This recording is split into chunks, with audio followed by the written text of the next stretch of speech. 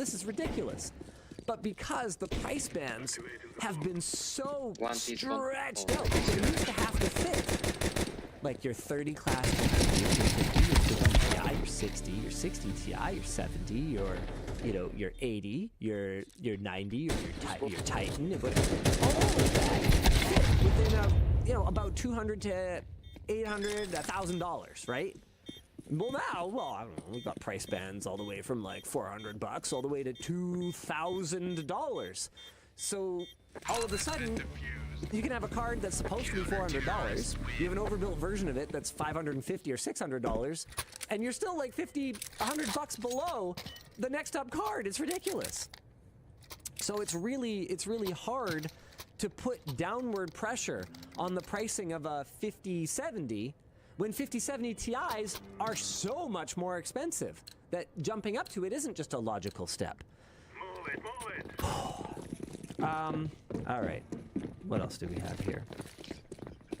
It's a long topic, and that tangent took so long, and it's still such a long Well, dude, I mean, is it interesting? Because you guys can tell me if you're I bored. think it's pretty good.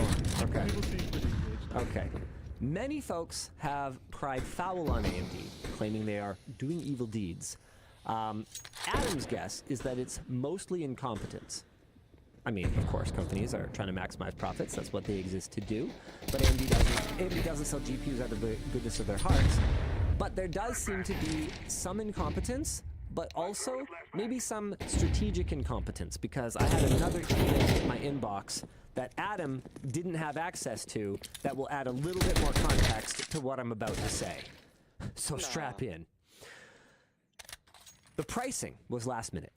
Hardware Unboxed noted in their 9000 series announcement video that they had prepared multiple conclusions to the announcement because AMD hadn't determined pricing yet. And we did the same thing. We prepared 3 different conclusions for our video depending on the announced pricing from AMD. That means that this information was likely provided last minute to retailers and even board partners who would have needed to prepare promotional materials, social media posts, signage, advertising, database entries, and more in an extremely short period of time. AMD would have had to communicate to all of their retail and manufacturing partners, provide compensation if prices were being adjusted in the form of rebates or payments. Board partners would have had to reprice all their products, communicate to retailers and SIs and the like. And this scramble leaves a lot of room for errors, like Best Buy listing the MSRP cards as on sale at launch time. AMD has since confirmed this was an error on Best Buy's part because the availability date was supposed to be a day after. Whoopsie doodles. Board partners also deal with razor-thin margins and have a big interest in making as much money as possible from pent-up demand. So the question is, what can AMD do about this? And Adam's conclusion is, I mean, not much. Frank Azor from AMD says they will be encouraging AIBs to keep cards at MSRP. And we spoke, and I think that's a little bit disingenuous, personally, because I do believe that AMD can do more than just suggest things. Here's an example of something that AMD could do, is if board partners are not allocating enough of their cards to MSRP versions, they could not allocate them GPUs. That is literally the lever. That is the way that GPU makers, and this drives me crazy because I can be kind of pedantic sometimes, and this is a distinction that actually does matter, in my opinion. GPU makers are named Intel, AMD, and NVIDIA. Graphics board, or video card, or graphics card, or add-in board partners, those are the Sapphires, ASUS's, MSI's, power colors of the world, okay? So that's not a GPU, that's a graphics card. A GPU is the actual silicon die. So that's the leverage that GPU makers traditionally have over their board partners, over the graphics card makers, is that they can basically say, look, play by our rules, or you will either sell at the price that we dictate, or you will sell nothing. Now, there's a problem with that. The problem with that is that then they are exerting a kind of ridiculous level of control over their, partners, and really not treating them very well, especially if they don't give them enough margin to survive. See Exhibit A, EVGA. who didn't survive in the graphics card market because they simply, and this is a little bit of conjecture on my part, but simply got squeezed out. There was just not enough margin for them to continue to make it. Now, here's where the story gets a little bit, where we get a little bit more color commentary on the story. We spoke with a system integrator who had a bit of a different, and I wouldn't say different take, but a more expanded upon take. Their take was basically that all AMD really cares about to call this launch a success is to see big lineups at Micro Center. And we did see some evidence that Micro Center got a huge allocation compared to what was available online. I don't know this for sure, but it does seem like retail. I feel like we've gone back 2 decades. It does seem like retail got the priority for the launch compared to e-tail, compared to online, which, again, you want to talk about things that I don't remember seeing in my entire career. Well, that's one of them. That's wild, dude. That the way to get these products on launch day is that you like go line up and buy something in person. So they were pretty frustrated. Their total allocation of 9070 XTs from one board partner that they were able to use in their systems was 3 units. Those units, their cost was over MSRP. So what that tells me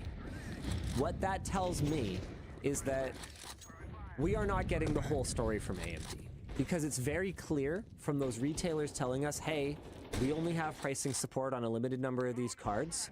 And AMD never actually said that the everyday MSRP will be, or the everyday price on these cards will be $549, $599. All they said is that they'll continue to be available. They didn't say in what kinds of quantities, right? So what that tells us is that it takes some kind of spiff or POS rebate or something in order to hit these prices. These are not everyday prices, because if they were, then an SI would be able to buy a card at $570 and make a few points of margin selling it at $599. That would be possible. But what tends to happen when your pricing is controlled via spiff or via instant rebate is that only the large players will have access to that. And so when you go buy something at a mom and pop shop or from a small system integrator, it'll be at a much higher price because they don't have access to any of that. They just buy from a distributor, and the price is whatever the channel price is, whatever the market will bear. Another element that they brought up with us is that, curiously, Sorry, one sec. Hovership said his 9070 XT from Micro Center was $1,100. Yeah, that doesn't surprise you. Okay, how do I say this in a nice way? Wait, he said 789. What? Oh, okay. Okay. He said 1100 and then he said 789. Okay. Okay, 789. Okay, that actually ties really well into the next point. This SI contact, who we're not going to name just because we don't want them to get in trouble for giving us this inside baseball. This SI contact pointed out that it's curious that a lot of the cards have ended up kind of for the 9070 XT have ended up in the kind of $720 range, kind of plus, depending on how overbuilt they are. Well, here's something to consider. $599 plus a 20% tariff equals what? $720. And gotcha. And here's the thing. Here's the thing. When NVIDIA launched their newest generation cards, they didn't know what the tariffs would be. There is at least an argument to be made that NVIDIA did not know that there would be tariffs on their cards impacting the pricing. And don't kid yourself. There are tariffs, and they are impacting the pricing. AMD knew. Before AMD announced their retail MSRP, they knew that there would be 20% tariffs on these cards if they were shipping out of China. And many, many of them are manufactured there. So what it appears to me, and I can't say this for certain, but with all of the evidence that I've seen and with all the experience that I have, what it appears to me is happening here is AMD wanted to undercut NVIDIA on their MSRP is selling these cards into the market with 20% tariffs on them, knowing that realistically their partners will not be able to hit those prices across the entire inventory that they have, but that they could strategically trickle out a few of them at that price while selling the rest at a much higher price that reflects the tariffs, which they expect customers to simply accept and absorb because GPU prices are so high in the market. It appears to me that AMD has no real intention of actually hitting those prices, but it may not be entirely their fault because AMD certainly didn't start a trade war. Question. Yeah. I don't think while you were working at NCX there was noticeable tariffs, but No. Do you know anyone or have any experience with stores that operate during, like, I haven't seen this so far, but would it be normal to display that, like, this is the base price and then it increases by this much because of the tariff? Like, would you explain that No. to the user? What would normally No. happen is if you were a Canadian store, let's say, or actually let's use a Chinese store as a better example. Sure. If you were a Chinese store, and by Chinese store, I don't mean AliExpress.com. That's very much owned by Alibaba Group or whatever, right? But like it's very much a Chinese store, but it has an English storefront. Like it is a Western storefront for a Chinese company. So when I say Chinese store, I'm talking like Taobao, like an actual like for Chinese people in China Chinese store. So the way that I would expect them to handle it is if you are ordering from a tariffed country, they would either have some kind of disclaimer that there may be that they're not responsible for any import duties, tariffs, whatever, and then you would be slapped with a tariff bill when it arrives. When it arrives, yeah. That's how I would expect that to happen. If you are a retailer and you are buying in bulk from a tariffed source, then I would expect that to simply be bundled into your cost the same way that anything else would be, whether it's freight or transaction fees or whatever else. Like when we were at NCIX, you would have we had kind of like a cheat sheet for what the rough costs would be. So on something like a power supply, I could basically say, as long as I'm ordering in pallet quantities and not in just box quantities, somewhere in the neighborhood of around, over the time that I was there, freight costs went up a lot. So it started at around $1, $1.50, and then went up to probably around $2 to $2.50 per power supply in terms of factoring in your freight cost. So you would just account for that import tariff as part of your import cost of the item, and then you would mark up from there. And that would be transparent to the customer, other than just that the prices suck. Okay. Fair enough. So, in summary, I don't think that AMD had any intention of these cards being universally available at these prices. Or if they did have an intention, I think that it might have been kind of a misguided hope. Or, I mean, things have gone kind of ping pong back and forth on the whole tariff thing a fair bit. So maybe it was a naive hope then that the tariffs would not be there and that they would be able to hit them. But as it is now, I don't think they did on China. I think they did on Canada and Mexico. Actually, yeah, no, that's right. So as it is now, I think that the more transparent thing for AMD to do would be to say, there are outside factors impacting our costs. We are going to do our best to make sure that there are cards available at these MSRPs. However, it is very clear from these external factors that are impacting our costs to import these cards that not every card will be available at these prices, and we are effectively going to be shifting margin from the buckets on the cards where we're making money down to these deeply discounted ones at MSRP. MSRP is a discounted price. It's a promotional price, as far as I can tell, and I'm deeply disappointed. I was about to say I'm deeply discounted.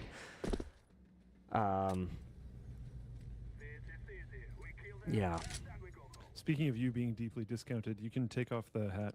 Oh yeah, thanks. No worries.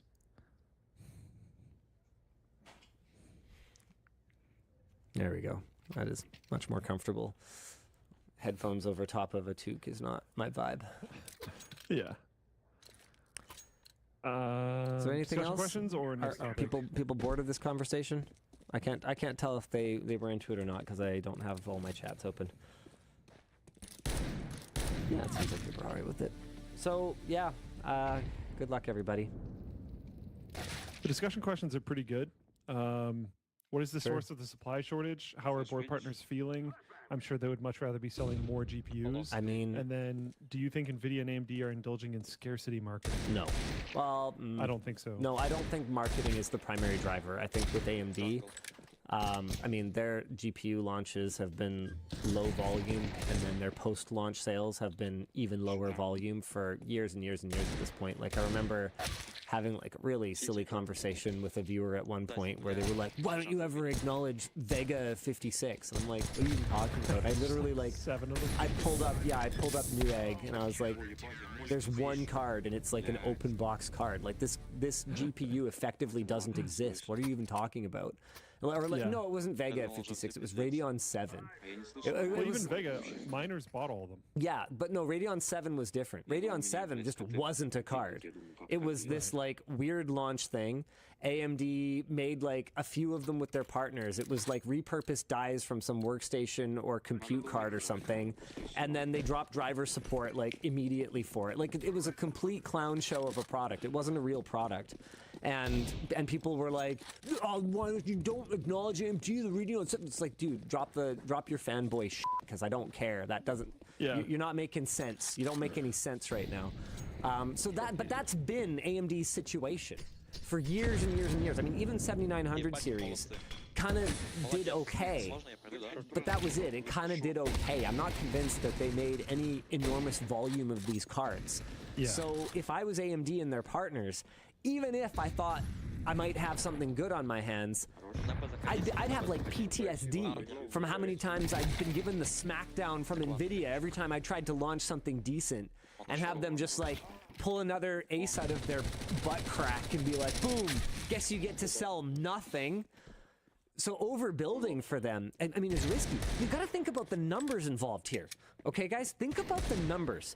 If I'm AMD, okay, or let's put ourselves in the situation of a board partner instead, because that's a much tougher one. AMD's margins are going to be better, and their inventory holdings are going to be lower because AMD only holds GPUs.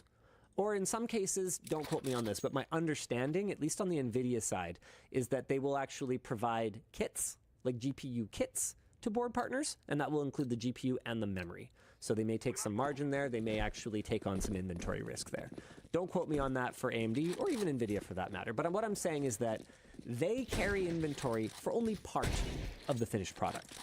The board partner, they have to take on inventory for the GPU die itself, for the memory, for the power delivery components, the raw PCBs, any connectors and doodads, coolers. Coolers are a very significant expense.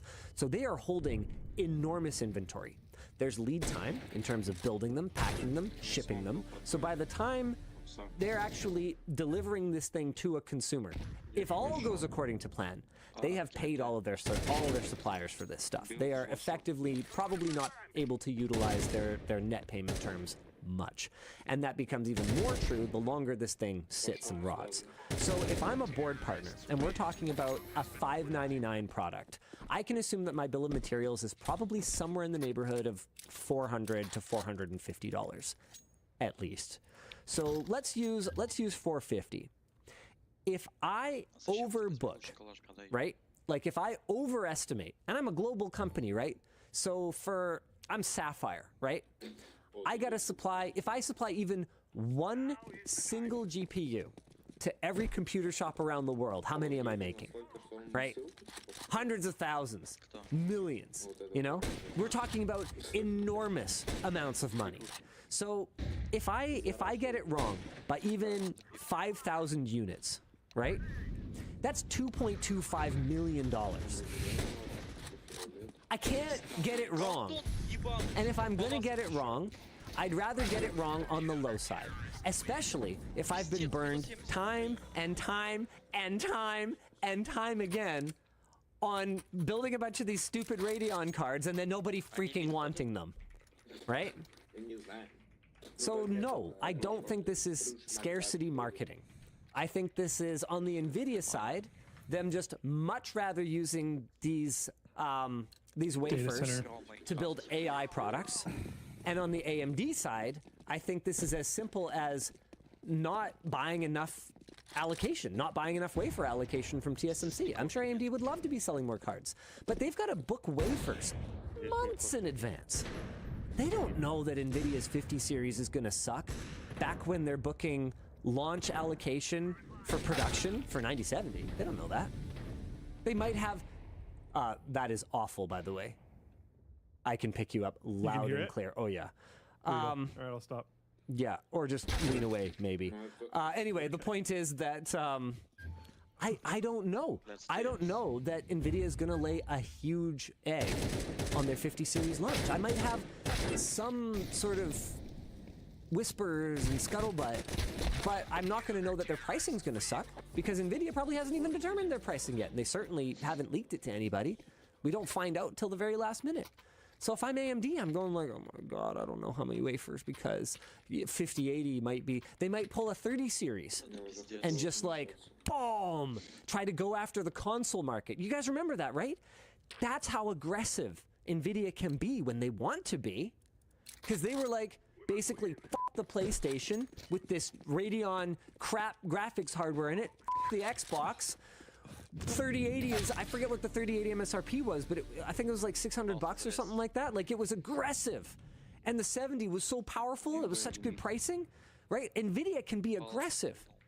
So I don't want to overplay my pathetic, 9070 hand if I think I might be up against NVIDIA's top-tier GPU at that price. I have no idea. But then as it turned out, AMD was going to be up against their, like, fourth tier down, and they were super competitive. So, yeah, they might ramp things up, but it's going to take time. What else did we have for discussion here? I think that's it for the GPUs. All right, good chat. Fascinate. What do you want to talk about today? Oh my God, are we supposed to do merch messages already, Dan? Did I just take way too long to go through that? Yeah, I think you spoke for about 45 minutes. Oh. So that was very long. We better rush through the rest of this. Okay. Was it boring? Sorry, I'm feeling insecure. I think it was pretty good. I would have cut you off, but yeah, it was, I think it was good. It was just really long. Cool.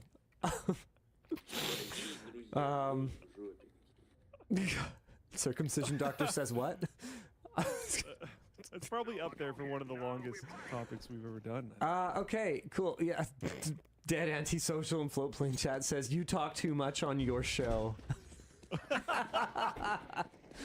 All right, merch messages. The way to interact with the show is to send a merch message.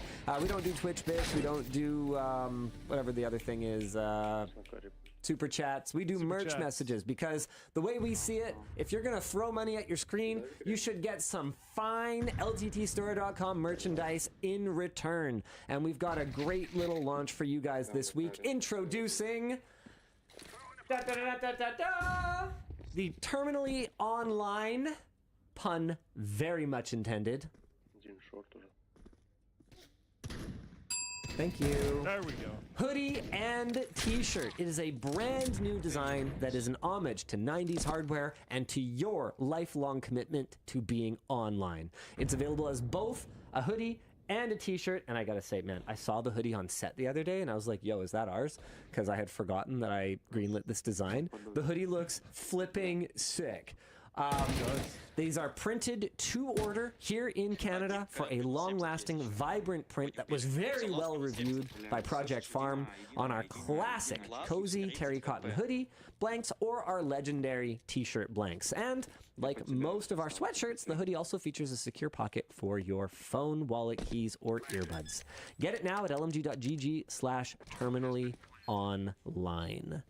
And I would say our t-shirts are pretty well priced, even with tariffs. Let's go.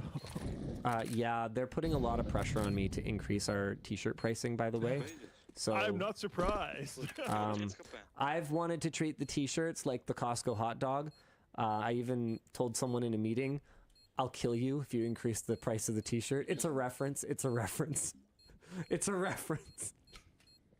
Did Ariana know that before now? Yeah, it was Nick, so it doesn't matter. I can threaten to kill Nick. It's fine. The point is that it's a reference. It's a reference. He knows the reference. He'll kill him in Minecraft. Yeah, exactly. In Minecraft. Yeah. However, that team has goals in terms of maintaining profitability under CEO Taryn Tong, and they are telling me that our t-shirt pricing is becoming untenable. We have never adjusted it. It's funny, we take so much flack for our supposedly expensive products, and yeah, oh, here. This is an extremely expensive hoodie. I get it. It is embroidered. This is not printed. Go find me an all-over embroidered garment that is less than $150 US. Go find it. It should probably be at least a sweater, because someone's gonna find like Sure. like, I Find don't me know, pants like or a hoodie. Find me pants or a hoodie. Something big. It costs a fortune. What do you want from me? Not every product is It has for to be everybody. all over embroidered, not just a little logo.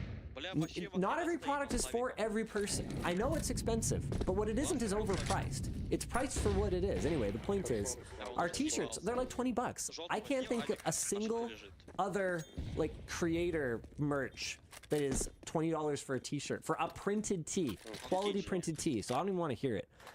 Anyway, the point is that we've also got the hoodie, which you guys can see here, which by the way also has printing on the back, which costs us more, and that's $60 US for our fine terminally online hoodie. This is a great shot, by the way. I love this. There they are, Gen Z, not talking to each other on their phones. It's perfect. It's flawless. Great job, Tatiana, Sammy, and I assume Artie was probably involved in that shoot as well. I'm trying to find a sweater because there's probably one of them. What I'm finding is a lot of them will say embroidered design and it's printed, but it looks like it's embroidered. Digitize D says, I digitize embroidery and I promise that's cheap for a hoodie. Exactly. And I'm not, okay, it's not cheap, but what it is fair. It is fairly priced. We have a cost markup model for our stuff.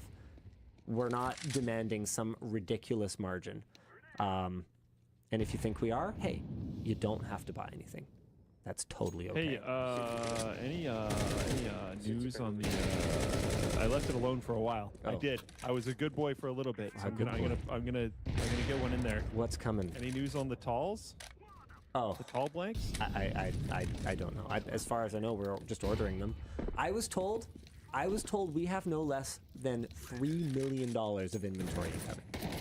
So things are a little bare right now on the store. Okay. We know, and I have been told we have $3 million of stuff on order. So hopefully there's some tall blanks in there. But that's all I know. Sell a bunch of tall blanks immediately, so I'm not waiting this time. Let's go. I'm just gonna buy a bunch immediately. I was nice last time. I was like, I'll let the audience get some this time. Screw you guys. I'm tired of this. I don't want to wait like 7 more months to be able to buy a shirt. I will sit on WAN show when they're announced, and I will order them live. I will race all of you. Oh my goodness. Fight me now. Okay. Anyway, we have an announcement. If you were wondering about the toque that I was wearing, I refuse to call it a beanie. That is my act of solidarity with my fellow Canadians in this trying time.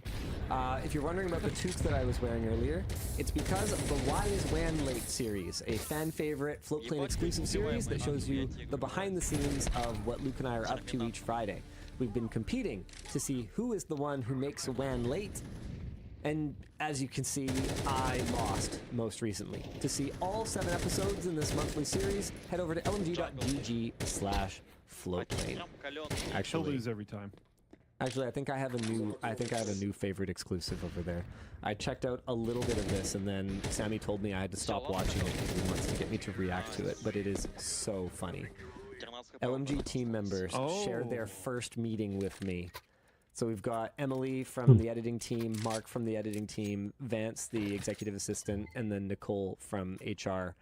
And, excuse me, what do they call? Oh, bloody hell! What's the like custodian version of HR? Culture and talent department. Custodian version? Yeah, like custodian versus janitor, receptionist versus secretary, culture and talent instead of HR. You know, like Alright. yeah. Sure. Yeah. Sure. All right. Anyway, people are loving this one. Check it out at lmg.gg/flowplane. Oh, we haven't even done a merch message yet. Right, how do you send a merch message? You go on the store, pick up something nice, and in the cart, you will see a little box to send a merch message to producer Dan, who Oh, sorry. has been waiting, staged for this terminally online moment for Lord only knows how long. And... and will give us who will either reply to your message, pop it up down there, or curate it for me and Luke to talk about. Hit me, Dan. I get one occasionally. Why do you guys completely remove products from the website, i.e. the Tech Pro or the Workshop Jacket? It means there's no info and tech specs to reference for reselling or just product comparing in general. Because it was confusing and made the site really cluttered for people who were shopping for stuff that we do have for sale.